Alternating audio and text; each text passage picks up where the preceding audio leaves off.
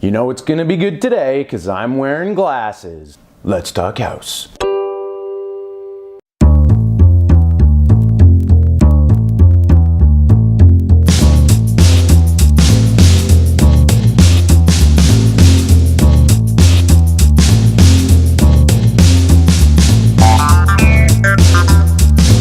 Before we start, I want to say that what we talk about in today's video is going to be relative to my city, Toronto.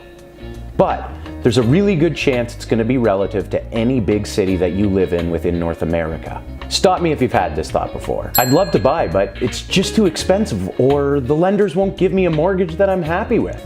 That's becoming increasingly common in this city because things are getting more expensive, and even if they're not, there's all sorts of laws coming into place to limit the buying power that people have. Mortgages aren't being given out like they used to, and people aren't getting as much money to buy from those lenders. Because things are getting more expensive and getting money from lenders is becoming more and more difficult, we're being forced to get a little more creative in the way we buy. So, how can we get creative? Well, here's something you might not have thought of. Why don't you consider buying with a friend?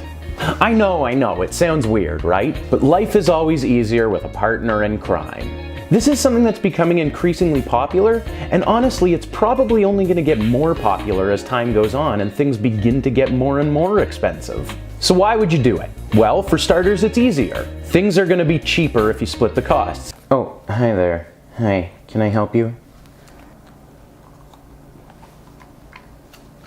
So what else? Well, you can actually get a nicer place for a smaller amount of money. Think about it.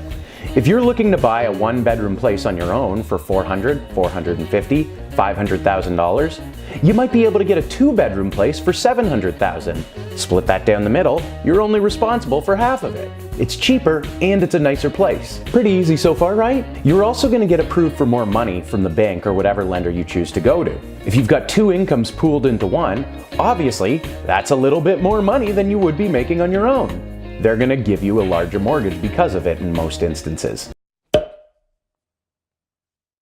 Now, I know what you're thinking, I know.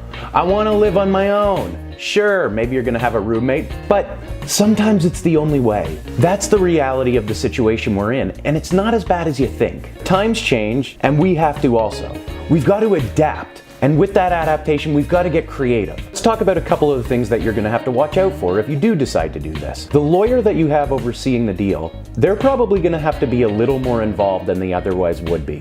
Why? Well, you're essentially entering a contract with your friend. Think about it. What if one of you wants to sell and the other one doesn't?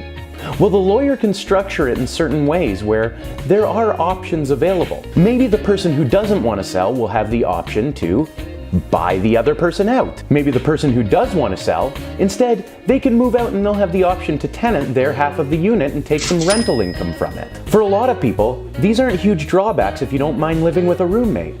Why? Well, now you've got a bunch of equity. You just bought a place. So let's get creative. Let's think of ways we can do this. It's not a lost cause. We just have to think about it in a different way. Get outside the box. As always, if you have any questions, you can shoot me an email. Hey, maybe I'll even end up meeting you. That'd be nice.